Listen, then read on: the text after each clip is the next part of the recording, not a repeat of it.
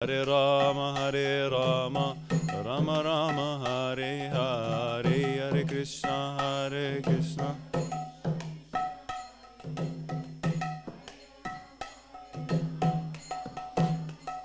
Jaya Prabhupada, Jaya Prabhupada, Prabhupada, Srila Prabhupada, Jaya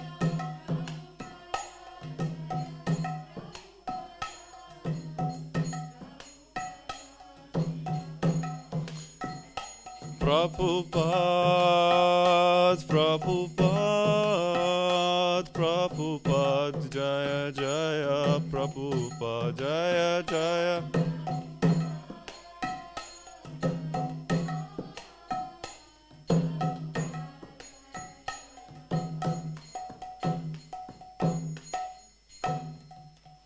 Jaya Prabhupada.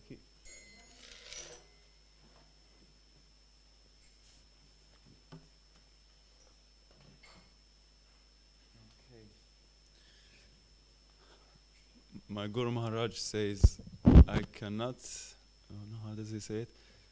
My imagination fails or stops the moment I try to imagine my life without Srila Prabhupada. So can we imagine how would be our life if Prabhupada did not, Yeah. Oh yeah, because you're born under devotees. Yeah, if Prabhupada did not buy that, what do you call it? Ship ticket. Just that ticket that saved our lives. Okay. Om Namo Bhagavate Vasudevaya. Om Namo Bhagavate Vasudevaya.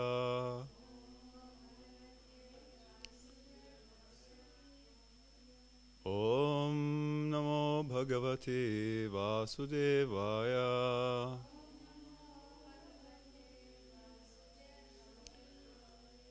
Narayanam namaskritya naram chaiva narotamam divim sarasvatim vyasam tato jayamudirayet. Nashtapreshva badrishu nityam bhagavata sevaya bhagavati uttama shloke bhaktir bhavati naishtiki. So we are continuing to read from Śrīmad-Bhāgavatam, 4th canto, entitled The Creation of the Fourth Order. Chapter 7, The Sacrifice Performed by Daksha, verse number 51. So we are coming to an end to this story of Sati Devi and Daksha, and Shiva and Daksha. This is the last chapter and almost the last verses. Okay, is it on the board anyway? Atmamayam. Wow. Atmamayam samavishya. Atmamayam samavishya. Soham gunamayim dvija. Soham gunamayim dvija. Srijan Rakshan Haran Vishvam. Srijan Rakshan Haran Vishvam. Dadhre Samgyam Kriyochitam. Dadhre Samgyam Kriyochitam. Atmamayam Samavishya. Soham gunamayim dvija. Srijan Rakshan Haran Vishwan. Dadre Samgyam Kriyochitam.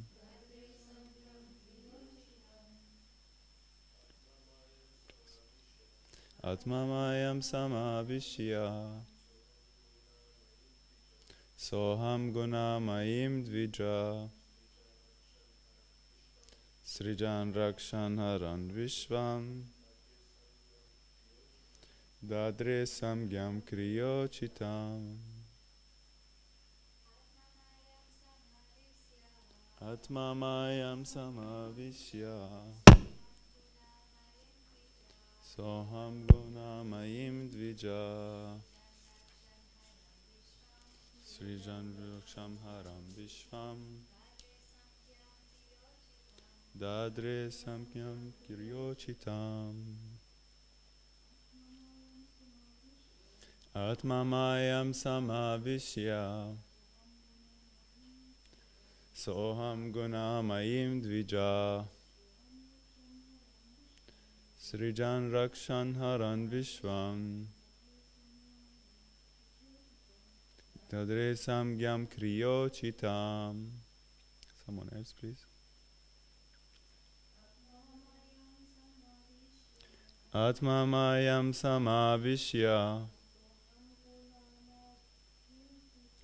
Soham Gunamayim Dvija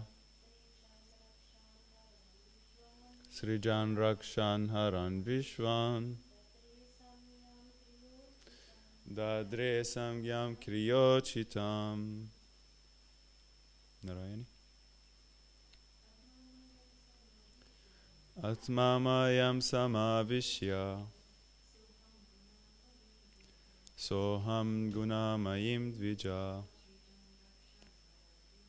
Srijan Rakshan Haran Vishvam Dadre Samgyam Kriyochitam. Wanna try? Srav Mataji?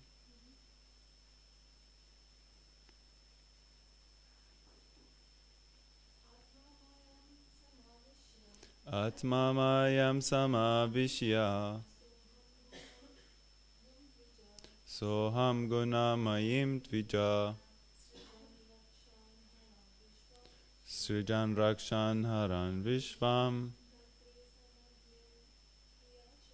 Dadre Sangyam Kriyochitam. One more chance. You don't have to. You don't have to, but it's easy when you can do it. Atmamayam Samavishya Soham Gunamayim Dvija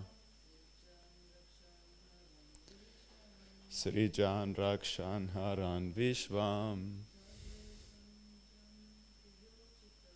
Dadre Samgyam Kriyochitam. Karista. Okay, Atmamayam, my energy. Samavishya, having entered. Saha, myself. Aham, I. Gunamayim, composed of the modes of material nature. Dvija, O twice born Daksha. Srijan, creating. Rakshan, maintaining. Haran, annihilating. Vishvam, the cosmic manifestation. Dadhre, I cause to be born. Samgyan, a name. Kriya Uchitam, according to the activity.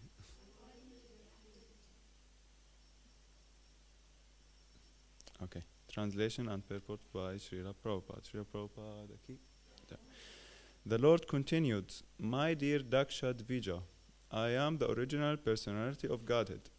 But in order to create, maintain, and annihilate this cosmic manifestation, I act through my material energy. And according to the different grades of activity, my representations are differently named. Purport. As explained in Bhagavad Gita 7.5, Jiva Bhutam Mahabaho, the whole world is energy released from the Supreme Source, the personality of Godhead, who, it is further stated in Bhagavad Gita, acts in superior energies and inferior energies. The superior energy is the living entity, who is part and parcel of the Supreme Lord. As parts and parcels, pardon me. As parts and parcels, the living entities are not different from the Supreme Lord. How many here are English speaking by birth? Shravi, kind of. Yeah, you also. You know what's the meaning of part and parcel? Like, why did Prabhupada specifically use that one? Mm-hmm. Mm-hmm.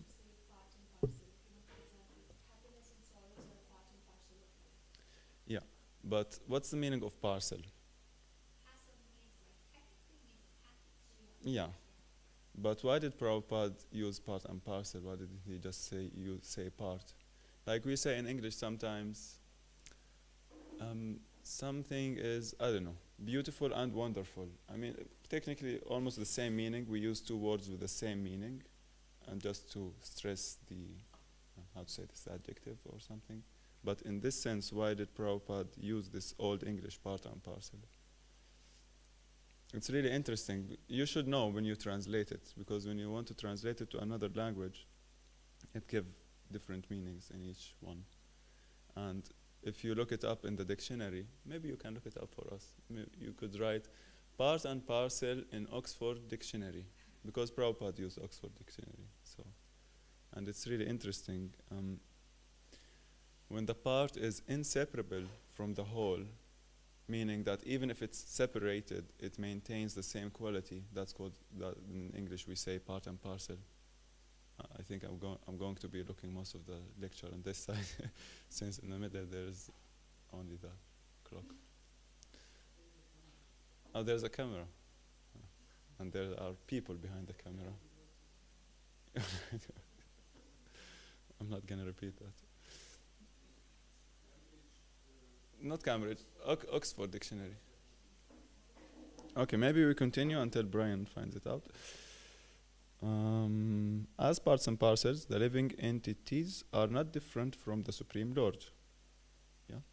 The energy emanated from him is not different from him. But in the actual activity of this material world, the living entity is under the different qualities of material energy and in different forms. Sorry. Yeah. There are 8,400,000 life forms. The same living entity acts under the influence of the different qualities of material nature. The entities have different bodies, but originally in the beginning of creation, Lord Vishnu is alone. For the purpose of creation, Brahma is manifested, and for annihilation there is Lord Shiva. As far as the spiritual entrance into material world is concerned, all beings are part and parcel of the Supreme Lord, again. But under the covering of different material qualities, they have different names. Lord Brahma and Lord Shiva are qualitative incarnations of Vishnu as guna avatars, and Vishnu with them accepts control of the quality of goodness. Therefore, he is also a qualitative incarnation like Lord Shiva and Lord Brahma. Actually, the different names exist for different directions. Otherwise, the origin is one only.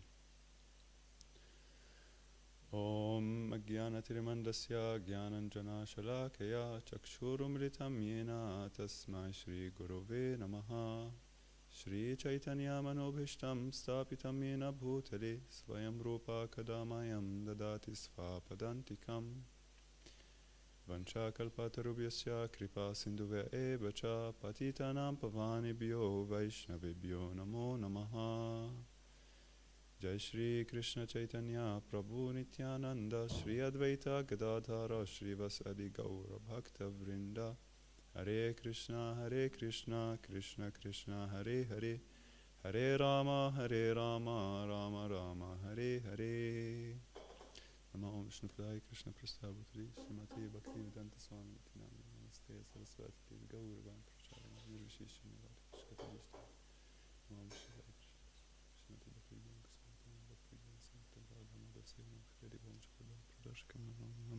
Sri Sri Prabhu Lakshmi Singhadev Bhagavan Ki. Wow.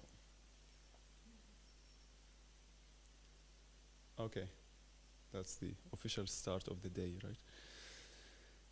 Part and parcel? Nothing? But not part and parcel. Okay. essential part. Yeah, it's one term. Yeah, it's one term which means an essential part of the whole. Yeah. Okay. Sorry. A small diversion. Okay, so coming to this point in the Śrīmad-Bhāgavatam, in the fourth canto, we are having this story of Sati Devi narrated by whom? Who is narrating this story? Anyone? Pardon? It's not Parikshit, no. Parikshit is usually doing the hearing, and not Vyasadev. Shukadev Goswami is talking. So this is the three rivers of the Bhagavatam where Vyasadev is being instructed by Narada Muni. That's how the Bhagavatam started. And the second level is that Shukadev Goswami is listening from, Shukadev Goswami is instructing Maharaja Parikshit. And then the third level, Sutta Goswami, is talking to the sages of Naimisharanya forest, headed by Shaunaka Rishi.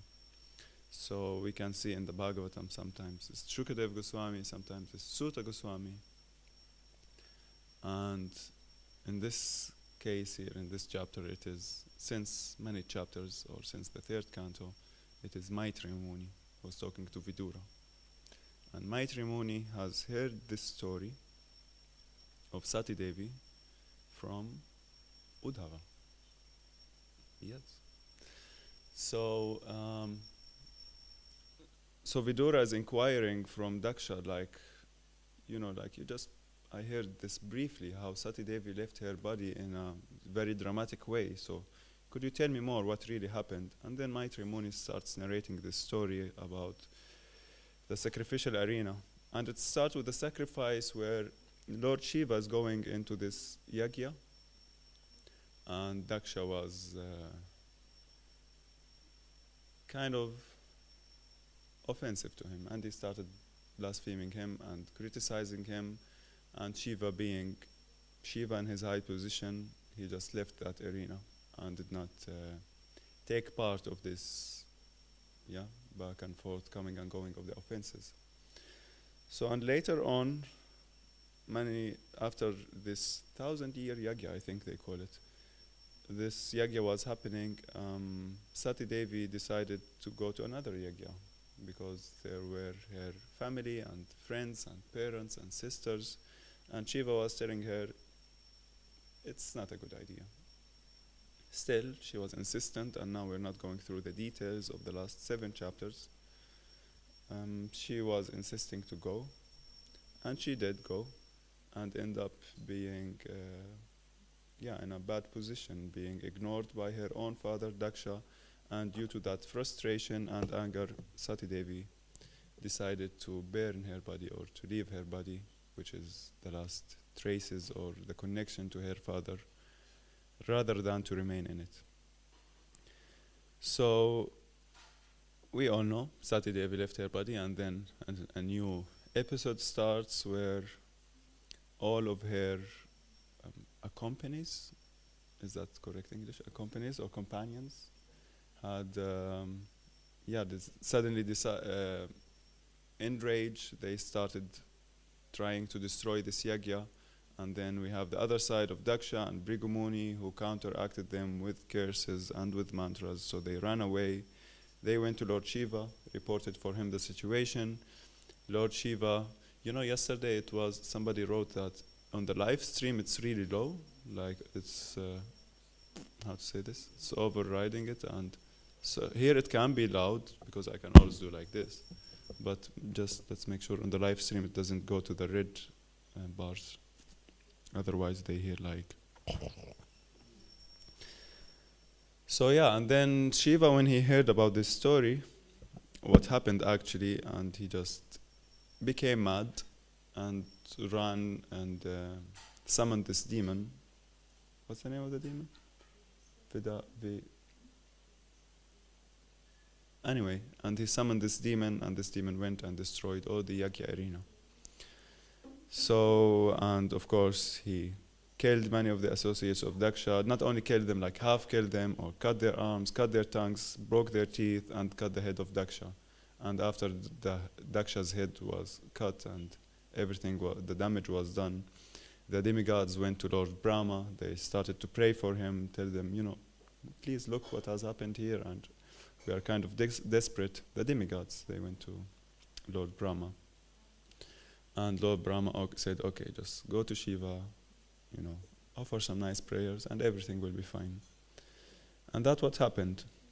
They pacified Shiva, and then Shiva went to, and Shiva pardoned them. They went and to continue with their yajna. And of course, they were asking for for his blessing. They were asking him that he liberates or brings back Daksha back into life, because he's the main Prajapati, so we need him. And he put a goat on Daksha's head. He put a goat's head on Daksha's body. And after that being done, Daksha back to his consciousness. I remember Bhaktiananda Tirtha Swami Maharaj, when he was giving the lecture here, he was saying that technically Daksha was, the last time he was seeing Shiva, he was so offensive and angry, and in the next, really in resentment towards Lord Shiva. And the next moment when he has this goat's head, he's so grateful somehow for Shiva. He's appreciating Shiva. He's even, Maharaj says, he's in love of Shiva. Really, you don't believe me? It is written here. Okay, a couple of verses before.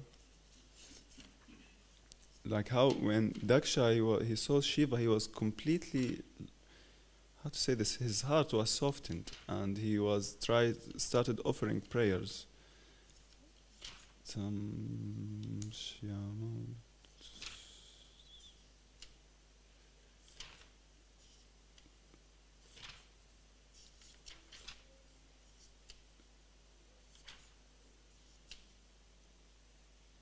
Bhava-stavaya kritadhir, he was in Bhava. King Daksha wanted to offer prayers to Lord Shiva, but as he remembered his ill-fated death, his eyes filled with tears and voice choked up. He could not say anything, and then he goes on with glorifying Lord Shiva. So there's a change of consciousness there, from that offensive mentality until suddenly completely appreciative, you would say? Appreciative. Please, English speakers, you are allowed to correct me. Appreciative, appreciating, okay. Appreciating. So, yeah, that's just a quick summary about the story. And now, let's see what I wanted to say at all. Anybody knows this book? You know it, yeah? Anybody? So this is by,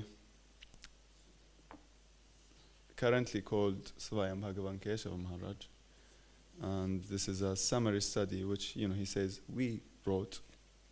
That's out of humility, we say, not I wrote this book, but we wrote this book. We compiled this book as a summary study for the Śrīmad-Bhāgavatam. So it's quite useful.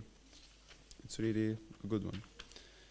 So and now here is mentioned types of offenses. Okay, maybe we, move a little bit. It's a little bit cold. And okay, or maybe somebody would like to write. Yeah, one of the messages can write nicely. You, right? Write 4 words on the board, please.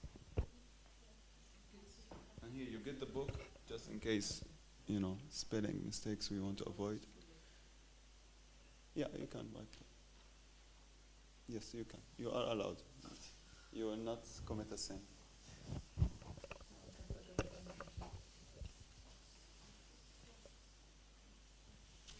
Yes, you get the book. And there is written, you have a chalk? Okay. There's written the 4 types of offenses.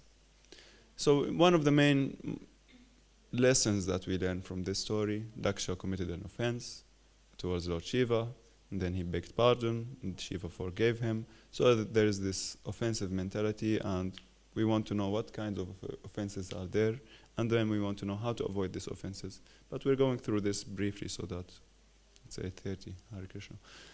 Okay, the first type of offense. Huh? No, there are the main 4 points around the skull. Internal. Yes, internal. Would you like to write down like 4 offenses or 4 types of offenses? First one, number 1, internal. Internal, anybody knows what would that mean? Internal offense? Yes.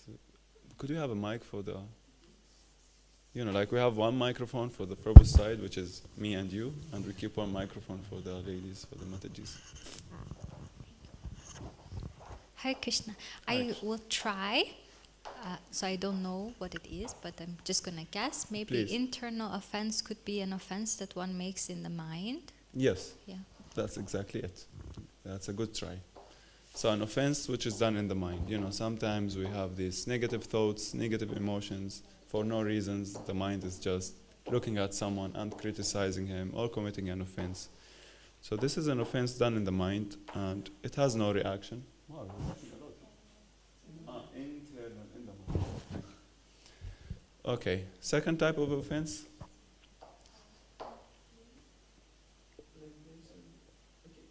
Doesn't matter. Let's go to the the one beneath it, not to unknowing. Okay, somebody wants to guess also? You don't know that you are committing. Yes, you have committed an offense, but you don't know that you have committed. But the interesting thing, there is also another one which is called, I forgot the English words. What's that one? Inadvertent. English-speaking devotees, inadvertent. What does it mean? Inadvertent, it means that you do something without knowing what you're doing. Mm-hmm. Or the effect of something. It's like there's a reaction to something, and you didn't know that this was going to be the reaction. What would be the difference between inadvertent and unknowingly? I can tell you because I have the book. I mean, she has it, but maybe she would lend it to me for a second. I would say that inadvertent This is one. like without the intention, while Yeah. unknowing is just not knowing it. Yes, exactly. Without, never intended to transpire it in that way. That is inadvertent, like you said. And unknowing is that you committed the offense. You are aware that the person in front of you was offended, but you cannot do anything about it, right? Like I do something, and then unknowingly I offend somebody, and then I am aware of it. So even then, by committing an offense unknowingly, you would need to, beg for forgiveness. So the last one, deliberate, and which is the worst. Deliberately means you very consciously, you see something and you say it out loud, you offend somebody. That's the deliberate. And that's the worst kind of offenses. And the worst kind of offenses, is the deliberate one, but among the different kinds of offenses that one can commit, which is Nama Aparat or Seva Aparat or Dharma Aparat, and then there's a Vaishnava Aparat. So the Vaishnava Aparat is the worst because it cannot be rectified unless the person being offended actually forgives you. And that's what happened in this case. Shiva, being most exalted devotee, he forgave Daksha, and then they continued their yagya. You good? Yeah. You're thinking, okay. You have a question about them, or? Okay, I think it's nice. I think it's good. We may need you in a further point. Thank you so much. Okay, and then it is mentioned by, again, Keshav Maharaj about how to avoid actually these offenses. And could anybody summarize in a word or in 3 words how actually offenses can be avoided?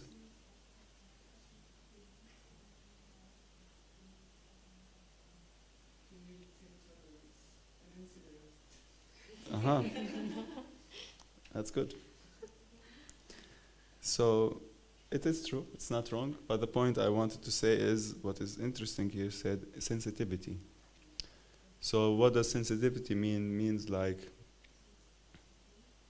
I mean, everybody knows what sensitivity means, but in this context, like what is stressed upon is sometimes we may make a judgment immaturely or without being informed, and that's usually what is happening. Like you don't know anything about something, and somebody asks for your opinion, and then suddenly you know everything about it, and you make your judgment. So that's quite insensitive, insensitive. And sensitivity here in this context is also related to one being empathic. Most of you knows what is actually emotional intelligence. So emotional intelligence is actually understanding what is the emotions or the feelings of the person in front of you before you make that judgment. And it is a thing that may be underestimated, or a quality that may be underestimated, but actually it is like in our philosophy topmost priority, like very important. Because if you understand what is the desire and the need of the person in front of you, then Haribol, you've attained perfection.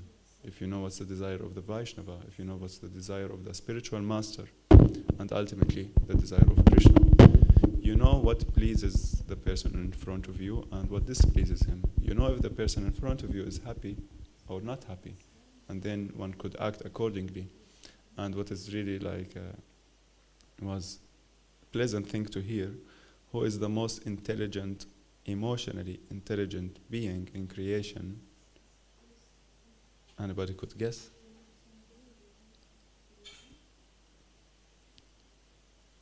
It's a very, how do you call it?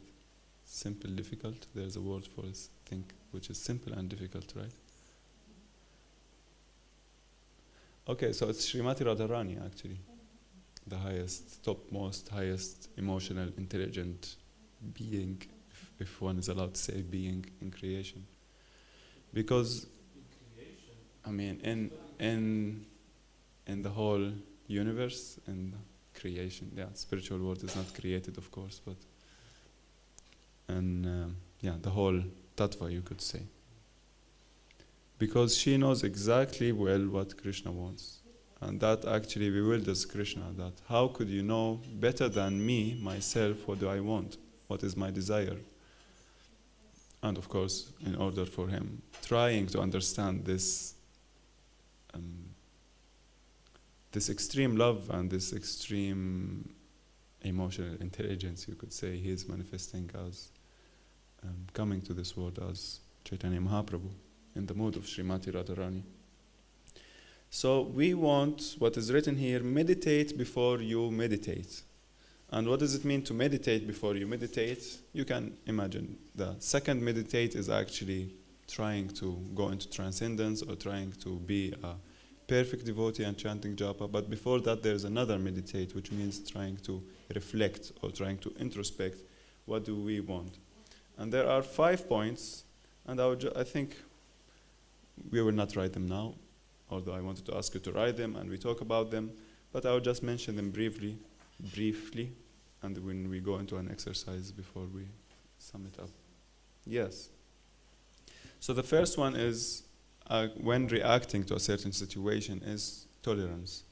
And everybody knows what is tolerance. Is just out of humility, you just tolerate the situation before you react. Usually we may tend to react and then later start to digest it. But the thing is, it should be the other way around, the other sequence, that we don't react. We don't fight back the situation, and we don't run away from the situation, and we remain neutral towards it. And in that is called tolerance, folks. So the second one is circumstance. So we have 5 points about what does it mean to meditate before you meditate. The first one is tolerance. The second one is circumstance. Third is acceptance. and then importance, and then transcendence. So the second one is circumstance, is just try to understand the background of the situation. Try to understand why did this person, for example, in this scenario, why did this person act in such a way? And you understand the background of that person, the meaning the background of the action that he did. The third one is acceptance, and acceptance can be nicely summarized, which is actually Prabhupada's saying. It's not mentioned here, but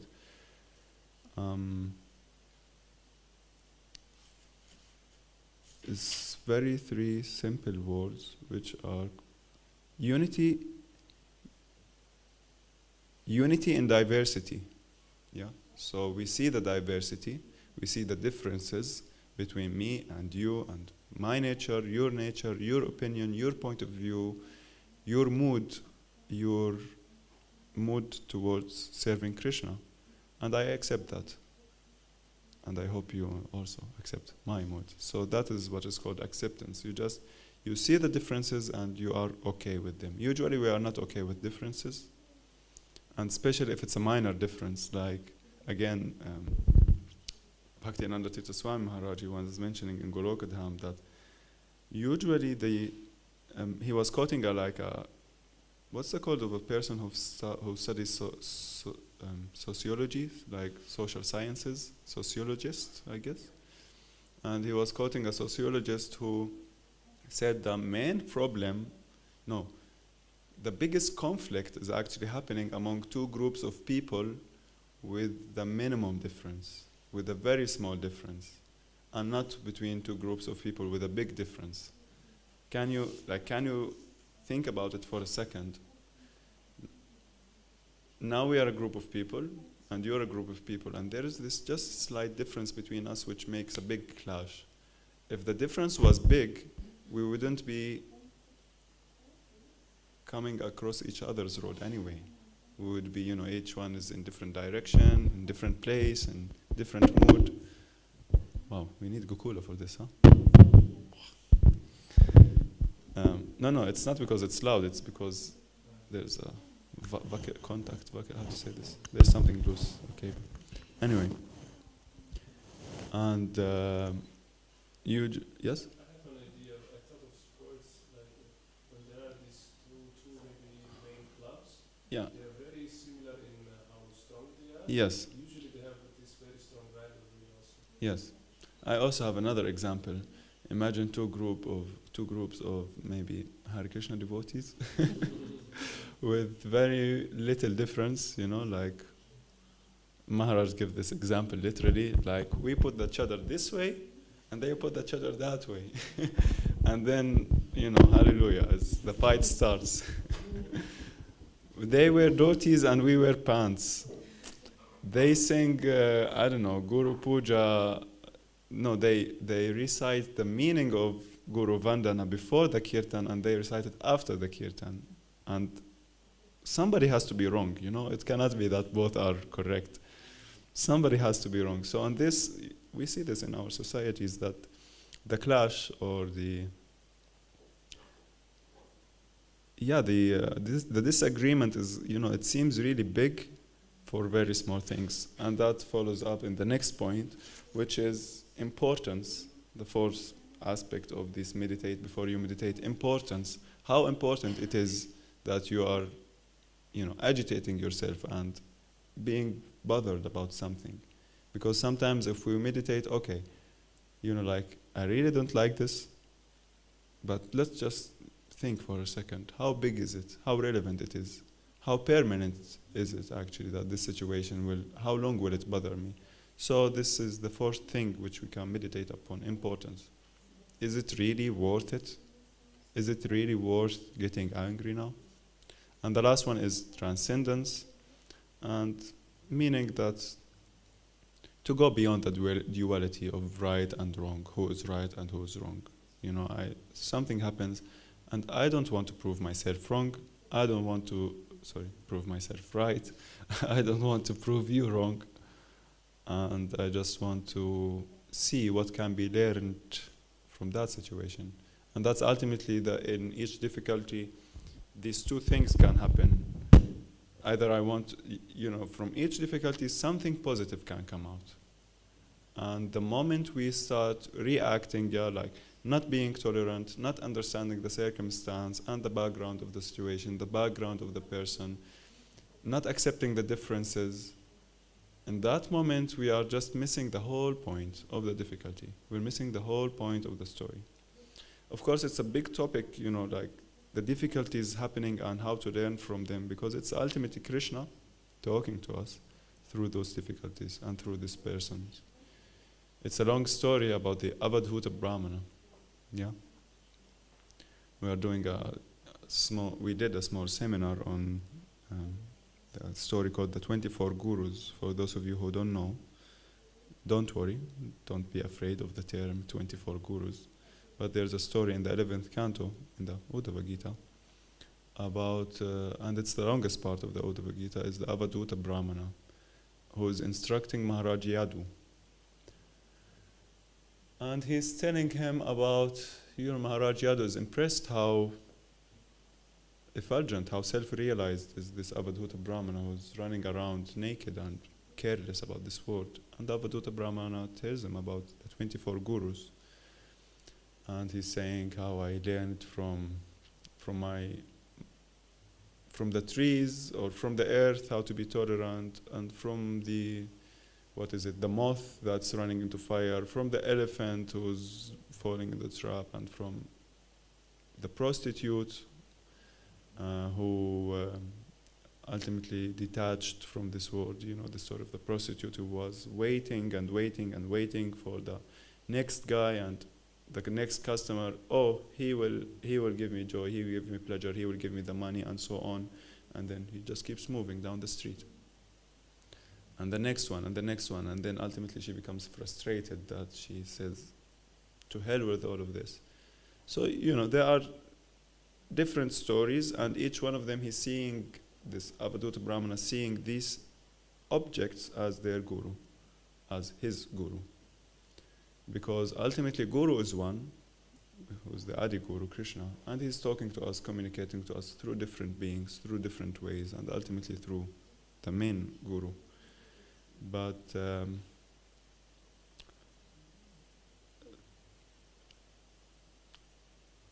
but once we miss, or once we put Krishna out of the picture, meaning we don't see Krishna everywhere, we don't see Krishna in all living entities, we don't see his presence, and usually that is due to lack of humility. Because when we are humble, we see Krishna everywhere. We see Krishna in every living entity, and we do not disconnect nullify the existence of Krishna in each living entity. But when we actually see the existence or understand that actually Krishna is behind this, actually not a blade of grass is moving without the sanction of the Supreme. And that consciousness is called Krishna consciousness, to know that everything is happening and moving by the supreme desire of the Lord. So it doesn't matter if today you will go, maybe you distribute 100 books, maybe you distribute 1 book. I hope not. I hope that each one of you distributes tens of books. But however the people are reacting to us, and usually it's, sometimes can be not so easy, but sometimes can be really a joyful experience trying to give Krishna consciousness to the others. There is a lot to be learned, from those people on the street who we call karmis. Sometimes the deepest lessons we can get from those people on the street. Why? Because we are in service of Krishna, and being active in the service of Krishna, that in itself is not different from Krishna. The service of Krishna is not different from Krishna. That means that miracles and deep lessons can actually be extracted out of these situations and out of encountering these people. So we finish here, and at the end I want you to do a small exercise. It will take you as long as you need, because again we finish here. But let's have one exercise, okay, out of the two. Remember the last time, I mean, we are talking here about the story of Daksha. What is the mood there? Daksha is angry, yeah? And he's offensive. And Shiva also gets angry in his own way, in his own transcendental way. And he is ultimately forgiving. He's very merciful eventually. See, we want to meditate upon these two emotions, feelings, anger and forgiveness. Okay? Everybody is okay with that? Is it a nice morning meditation? Okay, let's close our eyes, take a deep breath and meditate on anger. So remember the last time you got angry. But like really angry. I'm not talking now about somebody who played cards wrong or somebody who did not give you the sundish or let's go deep. Let's think about serious stuff here. So yeah, could each of you please remember one situation, or no, better said, the last situation in the last week or 2 weeks or 3 weeks. 3 weeks is a good time. Remember the most agitating or frustrating situation that happened with you in the last 3 weeks. Yes. I mean, I don't know how pleasant your life is, but for me, I can remember many situations in the last 3 weeks. If you think nothing happened, nothing, made you angry in the last 3 weeks, you can go back last 3 years. And if you think nothing happened to you that makes you angry last 3 years, then you would need to be more honest with yourself. we would need to consult someone. Because you said no about some days, I get angry all the time and that's not. Yeah, it's usually the small things that our mind is making a big story out of it, actually. Later on, they become a little bit irrelevant. So, okay, now you remember a certain situation. Maybe it took you 1 second, actually, to remember it. Maybe it took you longer, which is a good sign. Means that you have found a place in your heart to forgive that situation or to deal with that emotion. And then the 2 questions about them. Why did this thing make me angry? 2 questions about this point. Why did I get angry? Why did I become frustrated? And the second thing is, did I react correctly? And if not, how could I react better? It is like essential in our philosophy is, listen to this. Learning to meditate our conflicts can help us meditate in peace. So again, I'm not trying here to ruin your day by meditating on conflicts or unpleasant situations. We are trying here to meditate on peace ultimately. So this is the idea of introspection, actually. And this is the idea of doing such exercises, you could say. I mean, a small introduction I give before a workshop is quoting that verse of the verse in the Bhagavad Gita where Krishna says, Pratyaksha Bhagavam Dharmam, yeah? He's saying, Raja Vidya Raja Guhyam. This is the king of most knowledge, the most pure knowledge. Why? Because it gives direct perception of the self by realization. Pratyaksha Bhagavam Dharmiyam. So we perceive ourselves, and that's how we realize ourselves. That's how we, make progress in self-realization by perception about the self. So that's the meaning of meditating on the difficulties, meditating on ourself, on our reactions toward the situations that actually brought us certain emotion or a certain feeling. So it goes, you cannot escape it actually. You cannot run away of it out of this introspection, because you may row your boat aimlessly every day doing the practice of Krishna consciousness without actually, bringing it down deep on a heart level or on a soul level. So, and that is why the Bhagavatam is talking to us. It's not telling us some nice story where somebody got angry and we're thinking, oh, look at him, he don't know how to react, he don't know how to behave towards a Vaishnava or Lord Shiva. But we should look at ourselves. How would I react? Or when did I react like him?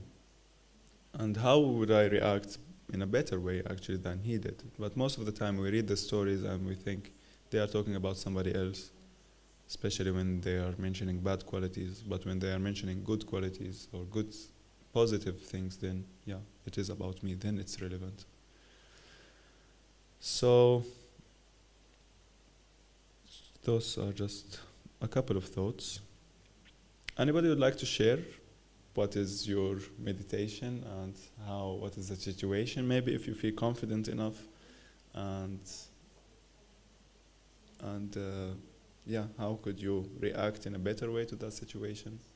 Or maybe now you have this realization that actually it was irrelevant and you feel free to talk about it, or you feel confident to share. Okay. Two people. Okay. Let her start. You have the microphone, so start, and he would say afterwards. You were praying that somebody else shares. Yeah. Too late. Okay.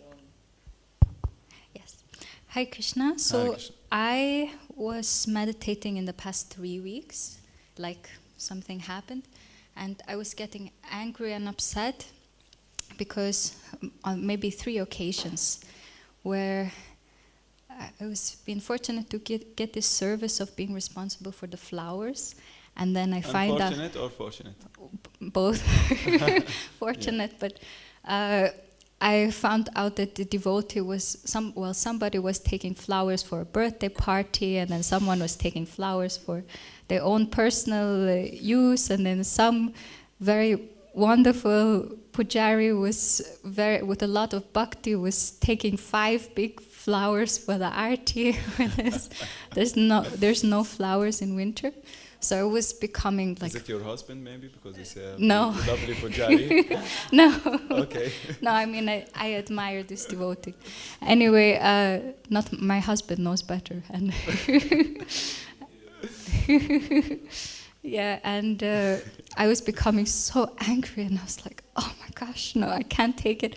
And I mean, I had nobody, like, I would mention it to my husband, of course, and he was getting chastised for no reason. And who, your husband or the pujari? My husband, not the pujari. Okay. Yeah, and then I guess reflecting on that now, I don't. I want to justify myself for being angry, because I know this in nectar of instruction, this verse, Vacha Vega, Manasa Krodha Vegam. Yes, we know all theory. Yeah, and this Krodha, this anger, and Prabhupada explains that, okay, you can't become angry in the service of Krishna when you don't feel like somebody offends Krishna, someone offends Vaishnava. I don't justify my anger. I was a bit like getting angry for no reason. But I was just also thinking about this also, how to apply this. I was actually wondering, how does one apply this? But yeah, I don't know how to reflect on that or go forward. I mean, now I feel a bit like relaxed because the 2 main culprits are not here. So no flowers are getting stolen, but I'm getting anxious for when it returns and how I will feel when they return. Yeah. But anyway, that was why I was being very angry. Hare Krishna. Thank you for sharing. Yes, please. Hare Krishna, thank you for the very nice class. Lots of interesting points to chew upon. I immediately thought of something happened yesterday. I mean, you're a temple commander. Yes. I could, last 3 minutes you could mention one situation. Last 3 hours you already have a list of things that would make you angry or frustrated. Sorry, go on. No, yeah. Yeah, so what happened was this devotee that on my point of view, acted a bit whimsically and then commit few offenses to many other devotees. Oh, it's not yeah, good. and I was thinking, okay, I got emotional in the sense I felt this anger, and I really felt the urge to go to the person and go at him, you know, give him the sauce. But then I thought, yes, like first of all, what is making me angry? Like, is it because of something that triggered my false ego, or just because I felt it was just disrespectful towards the other devotees?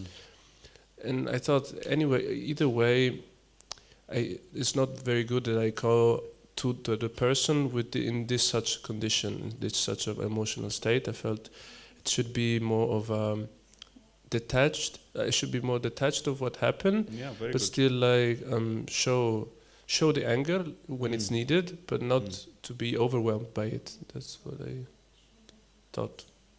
Very good, yeah. Yeah, I mean, that's a long topic, of course. When is actually our anger justified and when is it not justified? Like, I want to do a nice garden for Nrsingadev and I know that there should be enough flowers, and then I go and somebody took some flowers for a good reason or for a bad reason. So am I allowed to be angry here or not? I would say yes. But again, should I react in this state of anger or not? I don't know. I mean, Shiva did, but are we in the position of Shiva? Because his wife, she burned herself, and he reacted in a way which is still in that anger, immediate reaction, immediately reacting in that state of anger. Still, it was the best outcome for everyone, and for Daksha, and for the whole yagya. And then later in the yagya, just not a couple of verses. In these verses, already the Lord Vishnu appeared. When Vishnu appears, that's a good sign. It means, and not with 4 hands, with 8 hands. So that means, yagya was successful. They were satisfied. So this is the outcome of Shiva's anger. If Shiva did not do such a thing, what would have happened? Maybe Vishnu not appear. Maybe Vishnu appeared and, killed them all. And then in your situation, if somebody is offending a Vaishnava, we all know this is like a no-go. Like, yes, react and give him the sauce, because he has offended Vaishnavas. And I mean, assuming that it is like this, I'm not now referring to this story. But we know if somebody offends me, then Haribol, I try just to be tolerant and not be offended somehow, right? Because a true Vaishnava is not even offended. And even if you're offended, then you don't react. And you forgive and you forget. But if I see a Vaishnava that is, if I see someone who is offending another Vaishnava or making trouble towards other Vaishnavas, then no, you do something. And if we do not do something, especially if you have a position of an authority now, then actually you get the reaction for it. Then actually it's not his fault anymore only, it's also your fault. So it is difficult. And sometimes action in anger is better than inaction. Like reacting in anger or in a seemingly improper way is actually still better than not doing something. Because even then, even if you're wrong and even if you commit an offense toward that person who committed an offense, at least there may be some recognition that this is not okay. Not recognition, but recognition or understanding that, acknowledgement that no, this is not okay. Anyway, we are over time. Oh, I wanted to write these questions of the exercise in the chat, but maybe they had it. Okay? There's a question, maybe quick. From Shireen. Shireen Mataji is asking, you said service of Krishna is not different from Krishna, and I also heard that the name of Krishna is the same as Krishna. Yes. So how can we begin to fathom this? Fathom. To Yeah, excuse my English, I just don't know what... I mean, I heard fathom, but I don't know what's the meaning of it. Fathom. means to Fathon. to yeah, Imagine. to be able to understand it. Okay. So how can we fully understand or grasp or fathom that the difference, that the service of Krishna and the holy name of Krishna is not different from him? Is that the question? Did I rephrase it properly?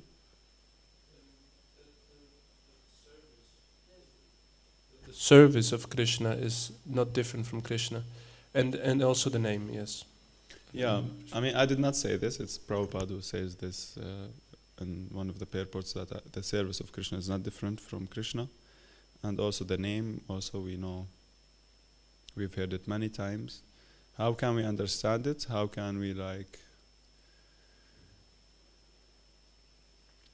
I don't know. I mean, if I do understand it, or if I have fathomed this statement, then I would actually come up with a spontaneous answer.